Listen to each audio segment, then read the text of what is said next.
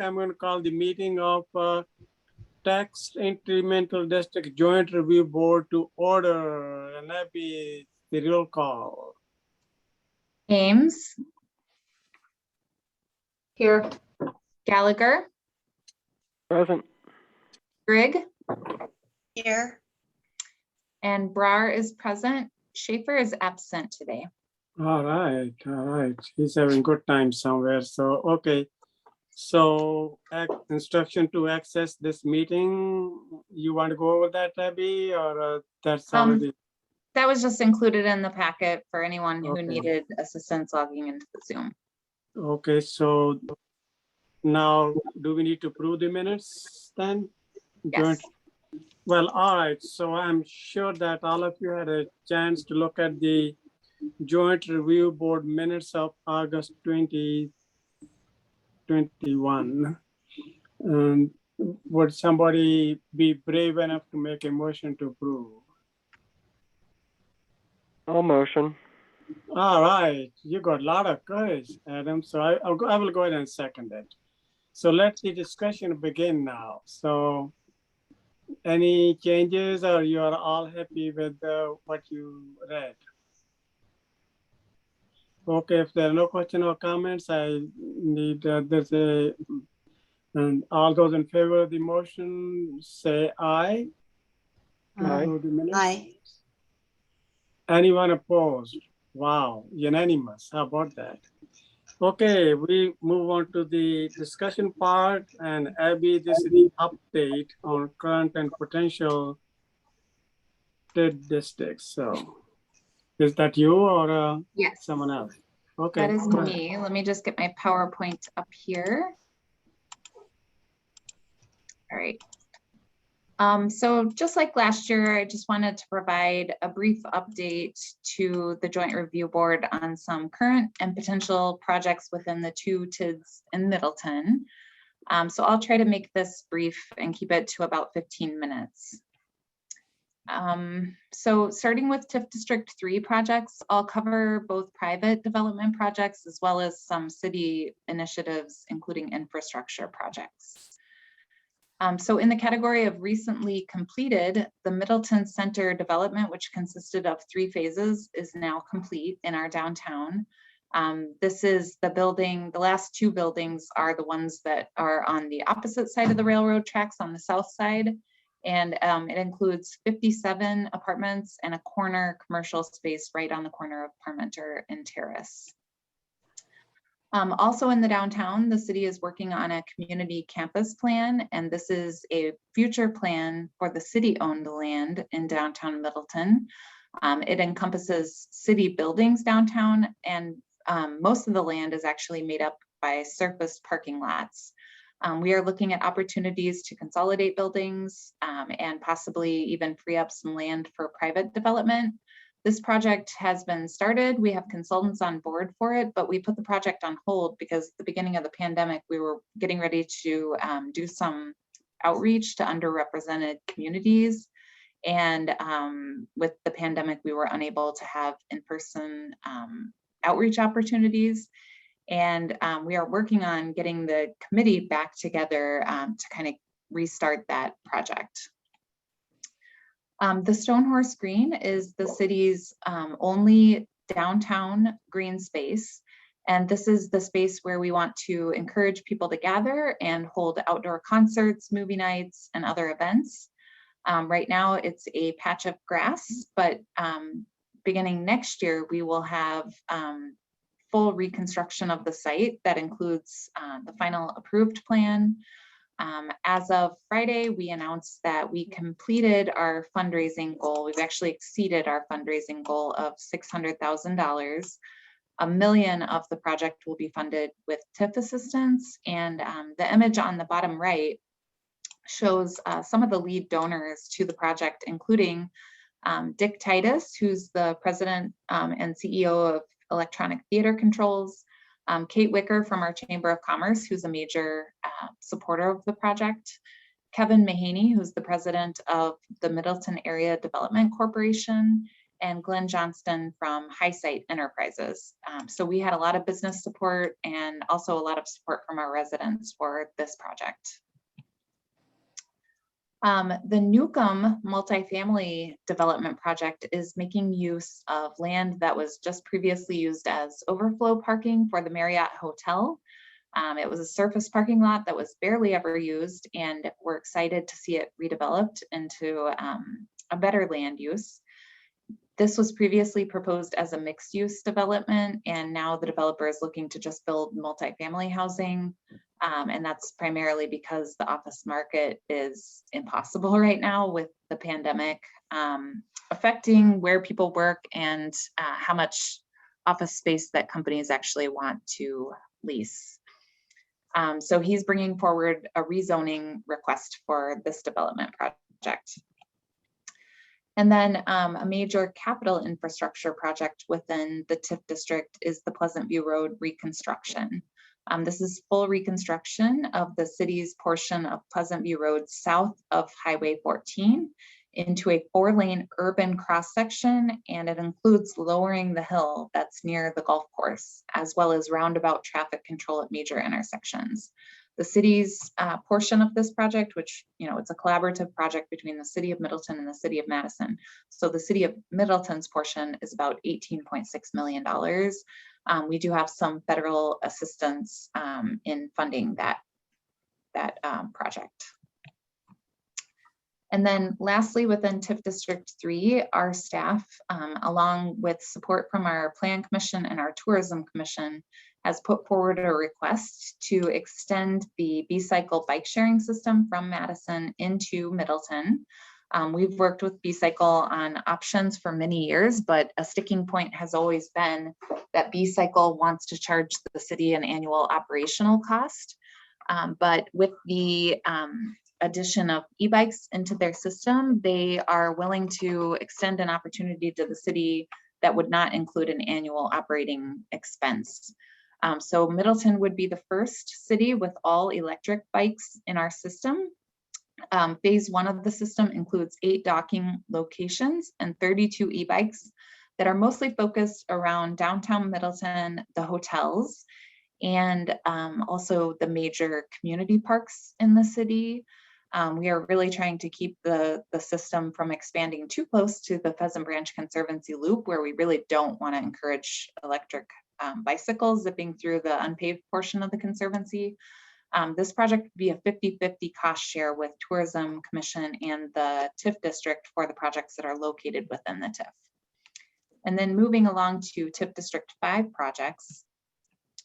This first project is not a TIF funded project, but it is related to the TIF District amendment that's on your agenda this afternoon, and it is the University Avenue Corridor Plan. The city of Middleton has about 13 vacancies right now along University Avenue corridor, and so we would like to develop a plan for the corridor that would ensure cohesive design as properties redevelop, while also encouraging reinvestment along this key corridor in our city and our key connection to the city of Madison. The project has kicked off. This is a photo from a walk of the corridor that we did with several stakeholders. And we actually have an active survey out right now on the website. If you're interested in providing feedback on the project or want to pass along the website to anyone else who may be interested, we are actively seeking public comment. We would like to position University Avenue to be an attractive location for Metro Transit to extend the BRT line into our community. And so that means more jobs and more housing so that their system can run effectively and efficiently. Daphne Shu is in the front of this picture. She's the city's associate planner, and she is leading this project on behalf of the city, along with our consultants from SRF. The Century Avenue Bridge and Trailhead project is a wonderful opportunity that has been presented by Dane County to the city of Middleton. It's this bridge crossing of Century Avenue is a key area within our Pheasant Branch Conservancy trail system, and the county has approached the city and indicated that this bridge needs to be replaced very soon. So we have a once in many decade opportunity to improve the bridge in such a way that it can be raised about 3 feet above where it sits currently. That would enable the city to put the Pheasant Branch Trail beneath the roadway. And this is a key crossing of the Conservancy system. It's probably the most heavily crossed road in our system. And Century Avenue carries about 20,000 cars a day. So it's a safety issue right now. When people are walking along the trail system, they come up to a very narrow sidewalk and cross the bridge, and then they cross at grade at Century and Branch. This would enable users to take the trail system beneath the roadway, past a newly developed trailhead that the city has been planning for about a decade, and then across a new 10-foot wide pedestrian bridge to enter the main 3-mile unpaved loop of the Conservancy. We are also working on getting the trailhead started at least, and that's primarily because there is a redevelopment project on the corner here, what used to be the Branch Street Retreat and then Common Ground restaurant. This site has kind of, since it's been closed during the pandemic, it's kind of been used for parking for the Pheasant Branch Trail system, but it's recently been fenced off because the building's going to be demolished and then redeveloped. And so we want to go ahead and install the first phase of the trailhead, which is the utilities to serve the future shelter, as well as the parking areas and stormwater management and the PED bridge. And we have gotten a grant for $200,000 from the DNR to help put in the first phase of the project. The DNR also helped us buy this property about 5 years ago. And then the second phase would include building the actual shelter building, and that's for a future year. Also along Century Avenue, we are in the process of building out the North Medota Trail. This trail system connects the planned Conservancy Trailhead east all the way to the city limits along the north side of Century Avenue. It's a 10-foot wide paved path, and about half of it has been constructed. The portion that was within the TIF district and was eligible for TIF assistance has been funded. We are requesting funding in both the city's budget and as well as we have reached out to Dane County to see if they would be willing to participate in assisting us with funding for this project. It is part of a regional trail that will extend to Governor Nelson State Park and then north all the way around Lake Medota. And the county has now built some segments of this trail within Westport. So it's a huge undertaking and it's requiring many partners to complete this trail, as every regional trail does. But when it's completed, it's going to be a major amenity for folks in Dane County. And then I mentioned the redevelopment of the Branch Street Retreat site. That will be a multifamily housing project. It's a market rate project called Broad Branch.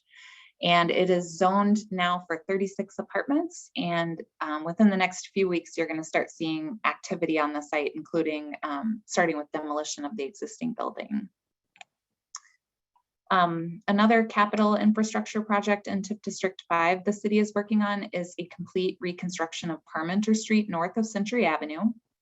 The city has received a $1 million MLS grant to assist with funding this project. The remaining $3.6 million is being shown as TIF funded within our city budget. And we have established a cross section for this future roadway. It's one of the few segments of streets in the city that does not have sidewalks. And we are going to reconstruct it to include sidewalks on the west side and a 12-foot wide bike and ped path on the east side that will connect with the path that already exists south of Century Avenue on the east side of Parmenter Street. It also includes a 21-foot wide median that will be sufficient to actually support larger growth trees and bike lanes on both sides of the street. And this project has been of great interest to one of our largest employers, which is Springs Window Fashions. both in terms of their own business access and their own enhancements that they have made to their business, but also they're seeing the amount of housing that's getting developed in the area, and they want to make sure that there's a safe connection also for pedestrians and bicyclists. And then Cardinal View Senior Housing is the new beautiful building in Tribeca. This is now nearly complete. It's 103 units of senior housing, including independent living, assisted living, and memory care. And the developer on this one is Tuca Properties. Further south on Parmenter at Lisa Lane, this is the Middleton Market and Aviary project. It's also mostly completed now at this point. This is the redevelopment of the private ball fields and will include the 30,000 square foot European style food hall, which will open in spring of next year, and 263 apartments. And about half of those have an occupancy permit now. And then the large building that's going up now on Parmenter Street on the old Colonial Motel site is called the Trada. This is 125 apartments. 50 of them are income restricted to households earning less than 60% of the area median income.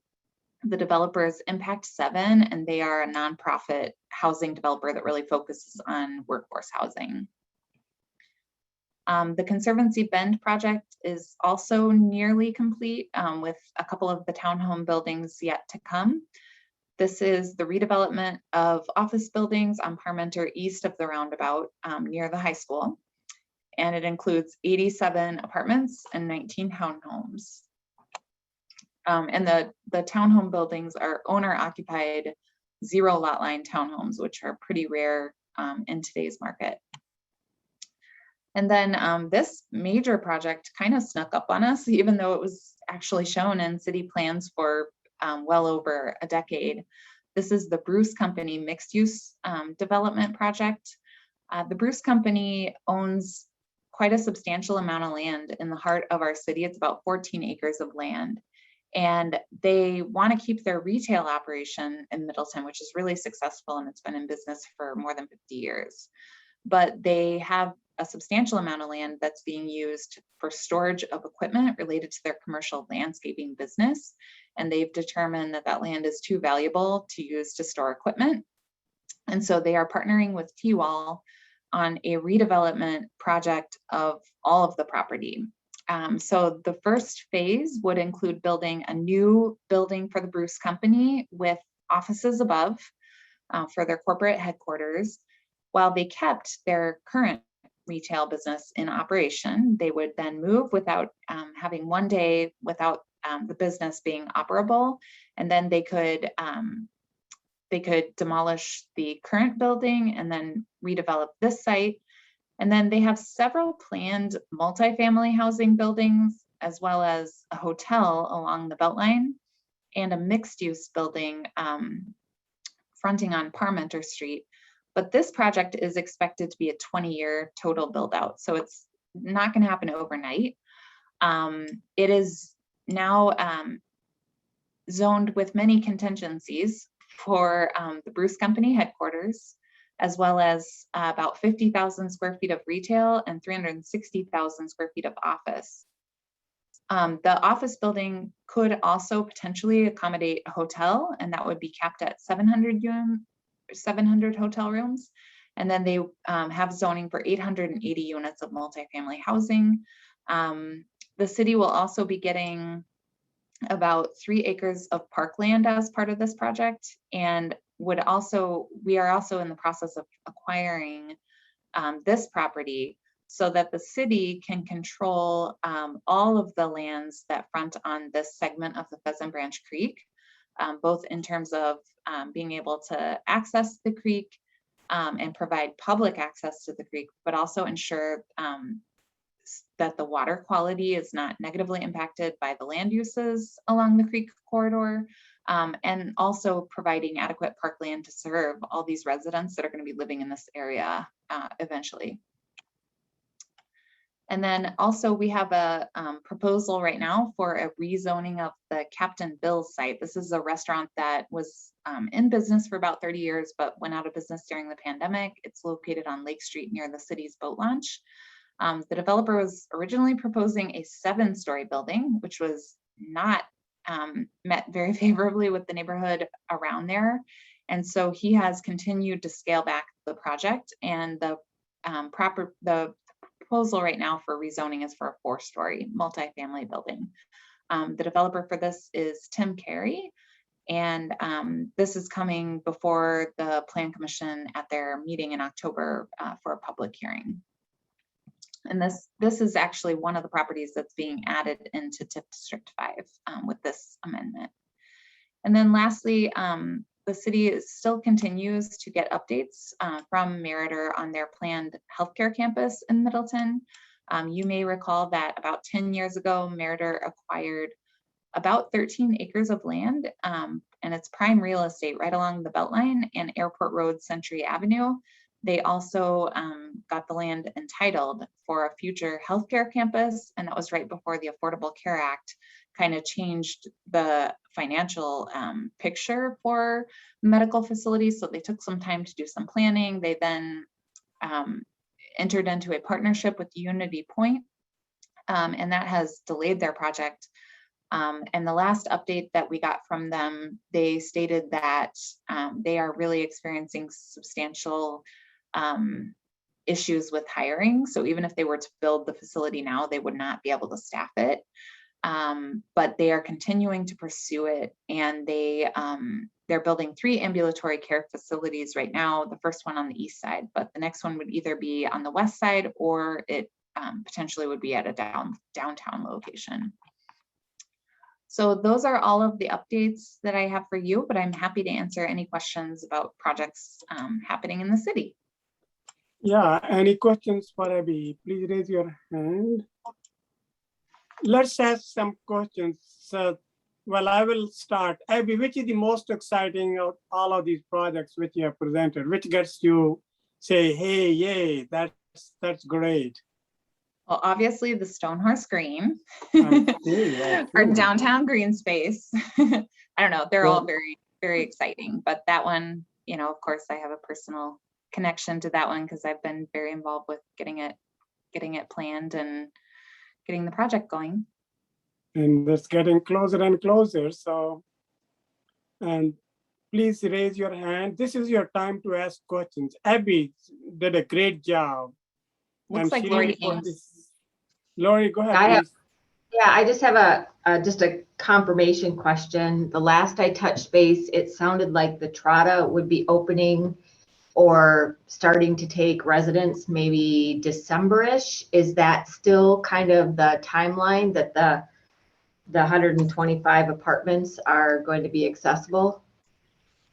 Based on where they're at with their construction, I would say that sounds accurate, but I will follow up with Impact 7 and then let you know what I find out for sure, Lori. Yeah, the reason why I'm asking is we don't necessarily see a lot of children and students when it's a typical apartment building, but when we add workforce housing into it, we tend to see a higher number of students, and I'm just trying to predict what we might see then second semester with new students. Okay. Yeah, I will find out when their targeted opening is and get back to you on that. That's excellent question, Lori. You are very proactive. That's awesome. Any further questions for Abby or anyone else? Well, I don't really see any questions. Now then we'll move on to number 2. Review and discussion of TID number 5, project plan amendment number 1. Is that also Abby or is that Bill? That is actually going to be Scott Harrington, our consultant from Oh, Vandewell. wow, look at this. Scott is ready. Look at Scott. Scott, you're up.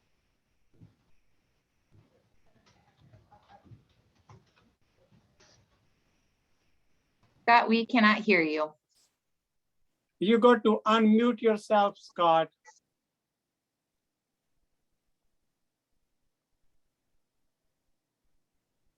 Well, he's unmuted. So, well, speak louder, maybe. That may be the way to go. What's happening? I think Vandewell uses a 2-screen setup, so he might be flipping between the input for sound. Let's just give them a minute.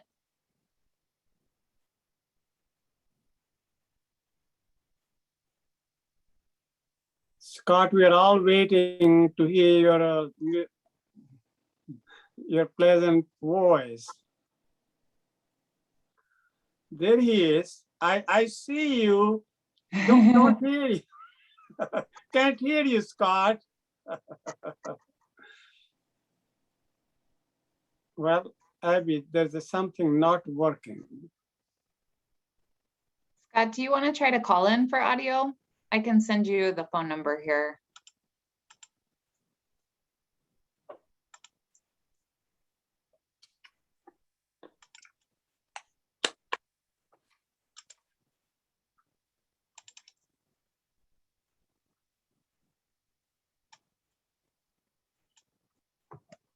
Well, that's very uncommon for Vanderwall and Associates, isn't it? They're up on technology.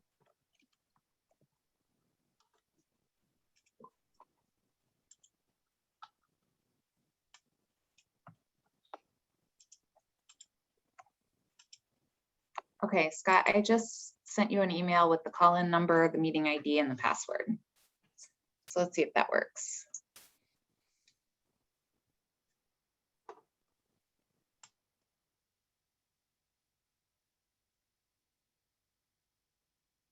Well, I guess otherwise there's no change. It's the same which we had last time, right? Yeah, there really haven't been any substantive changes. And so Scott just has, I think, 3 slides he was going to share with you all.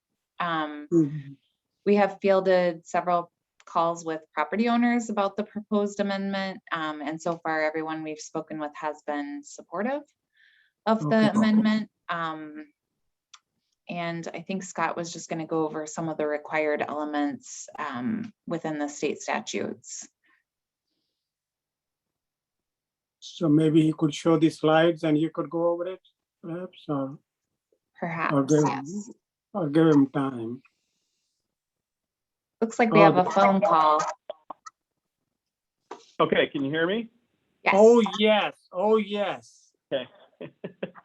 I don't know what the issue is. I'm actually in our Milwaukee office today, and I working off the Wi-Fi here. Don't normally have a problem, so I'm not sure what it was. But thank you, Abby, for sending the phone number. It looks like you can still see me as well. So if I shared the screen, you'd be able to see that. Oh, we see you well. Yes. Mm-hmm. Okay.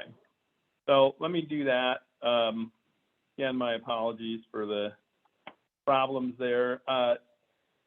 Yeah, I heard you mention a minute ago that there's really not a whole lot that's changed, and that's true. So I'll just kind of quickly do a quick reminder of what the primary focus of this amendment is, and then just really open it up for questions. This is TIF District 5, kind of mostly between Parmenter and the Beltline, and then kind of works its way east towards the lake. And as Abby mentioned a little bit ago, one of the city's focuses is on redevelopment on University Avenue. There's a lot of vacancies there and a lot of potential to add some new development to that corridor, really take advantage of the transportation, not just automotive, but hopefully the future BRT, and to do a variety of mixed use, including some affordable housing. So net result here would be to subtract 36 parcels that are already developed that aren't going to grow in any further value, and then add 63. As you recall, when community has more than 12% of its value in its TIF districts in value increment, the only way to add property is to subtract, and that the current value needs to be equal to or less than the base value of what you're subtracting. So while we're subtracting a base value of 22 million, it's actually quite a bit more in value, so that there's 7 million in value that would come out that would immediately go on your tax rolls and provide some additional revenue. We did add some new eligible projects, but we're not increasing the overall level of spending that was approved with the original plan. So some of the projects we're not going to move forward with. Some were kind of incentives that were sort of flexible. And so we've added infrastructure projects primarily to help these new areas that we're adding in, but we're not increasing the total level of spending that the Joint Review Board approved back when this district was created in 2009. And then just noting that certain information is to be provided to the Joint Review Board via the statute, and most of that deals with the finances in terms of what are the project costs, what are the projected increments, what are the projected impacts on the taxing jurisdictions. All of that is included in the project plan, and be happy to review any of that with you. This map in the dark purple shows the areas that are being added. So a little bit of area on the far west side that overlaps with TID 3, where we're expecting some new development. The kind of northeastern area that Abby kind of covered a little bit earlier, and then kind of coming down Allen Boulevard to get access or, contiguity out to University Avenue, where you see that area. Number of vacant sites there, and hopefully the TIF would help kind of jumpstart some redevelopment.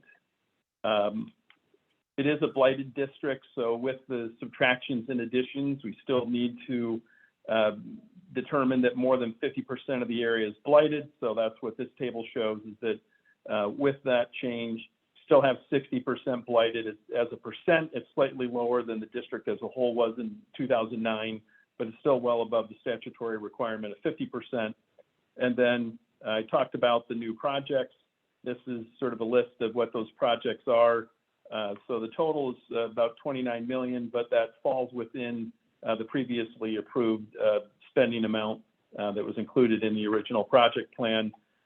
So even though our revenue projections are a little bit less than what we had originally, there still should be a surplus, and we should still close this district on time in a positive financial position. So that's really kind of the long and the short of it. We've held obviously the original Joint Review Board meeting, had a public hearing where there pretty much no public comments, had unanimous approval of the City Council resolution, which you received in your packet. This would be the final meeting, and then we would submit this to the Department of Revenue by the end of next month. So with that, I'm happy to leave it to any questions. Yeah, any questions for Scott? Please raise your hand. Or just go ahead and ask. Just ask any questions, whatever you have. So Scott is ready and willing. Scott, do you have any questions if nobody else is asking? Do I have any questions? No. Yeah, you have no questions. So, all right, Lori, you have any questions? Adam? None here.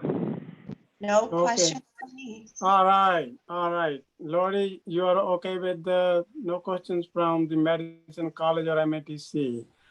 Well, I guess then we're going to go to the action part here now.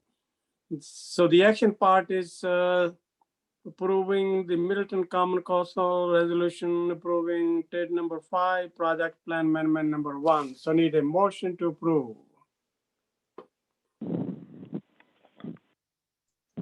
I'll motion to approve the TID amendment, number Okay, 1 under project 5.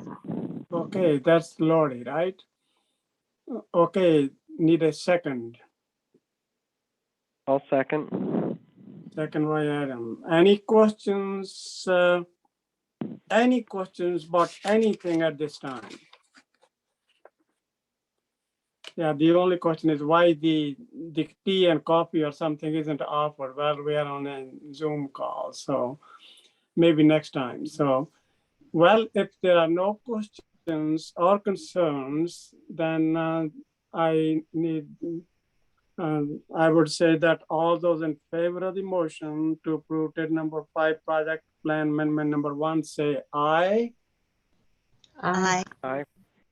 Anyone opposed? Abby and Scott and Mike and Bill, it passed unanimously. So let's get back to work now. So we need unless somebody has something more to say, any jokes or any stories to tell, we need a motion to adjourn. So moved. I'll motion. Oh, I'll second then. Okay. Okay, all those in favor of the motion to adjourn say aye. Aye. Well, the motion passes unanimously. I guess it will be another year we meet again, right? So meanwhile, all of you have an awesome time. Thank you, thank you, thank you. So we are adjourned.